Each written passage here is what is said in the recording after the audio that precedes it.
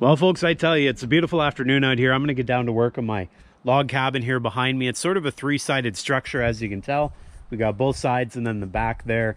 I'm going to put some sort of door on the front. It might be as simple as a tarp, might end up being a little more elaborate, but we'll figure that out as we go. For those of you who are asking, I will eventually have a floor in here. In fact, I'll have a bit of a porch on it and an overhang as well, but I decided not to put the floor in quite yet, just for this reason. I'm using this log loader trailer here today to help me lift logs into place.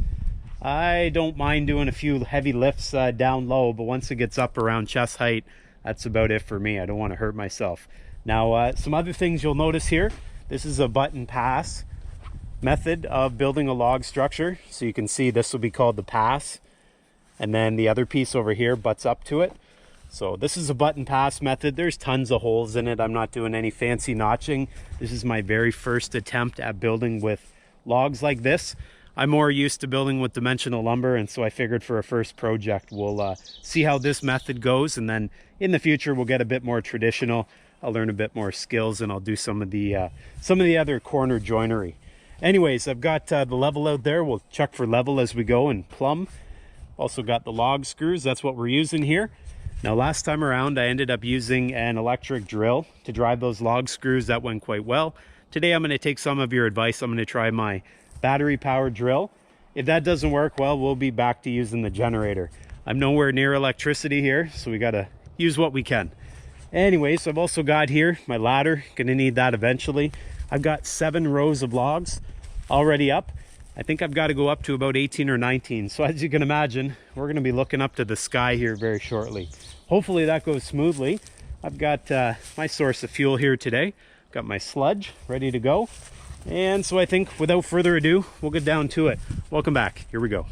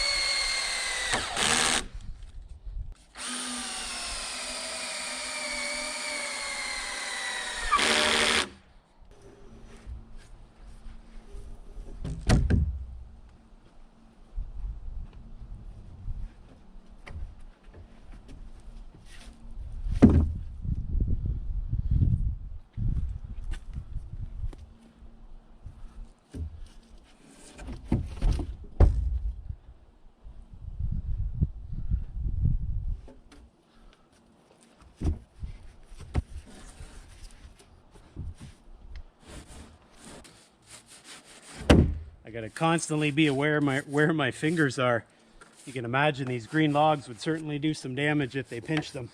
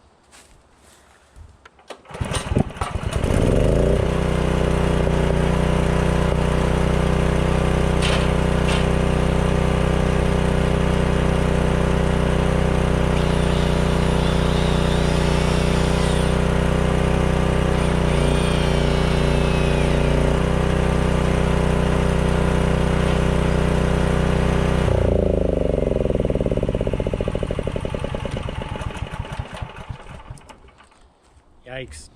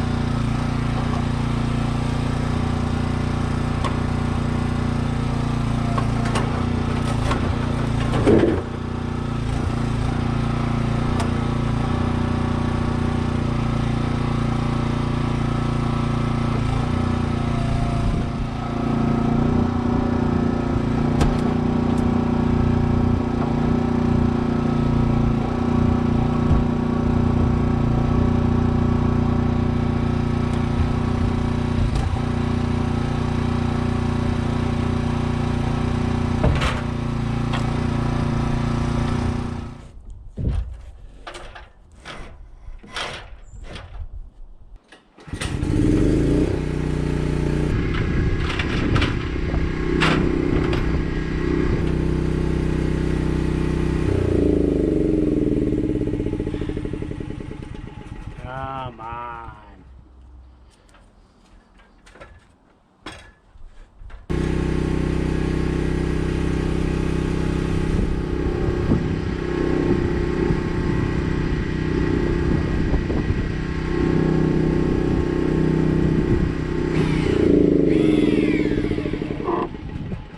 Beautiful.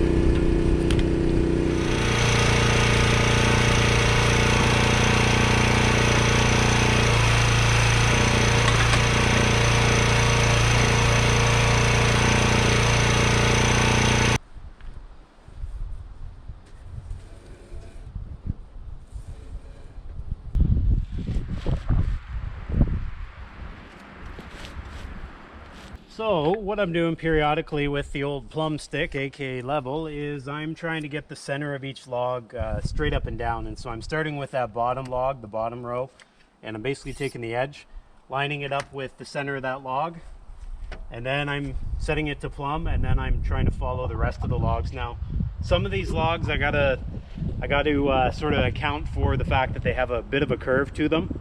So the end might not be right where the center of the majority of the log is. But for the most part, they're pretty well straight. And so I just set it to plumb.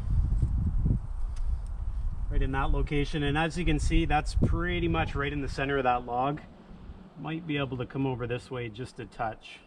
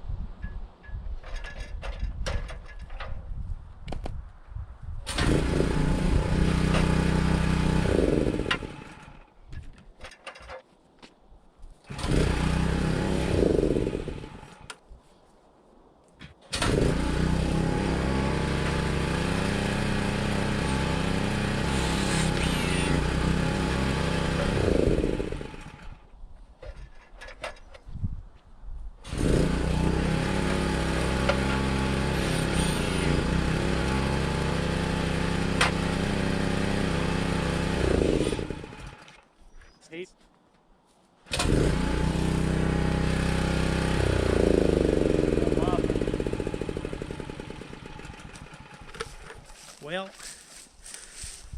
I don't know what it is, I tell you.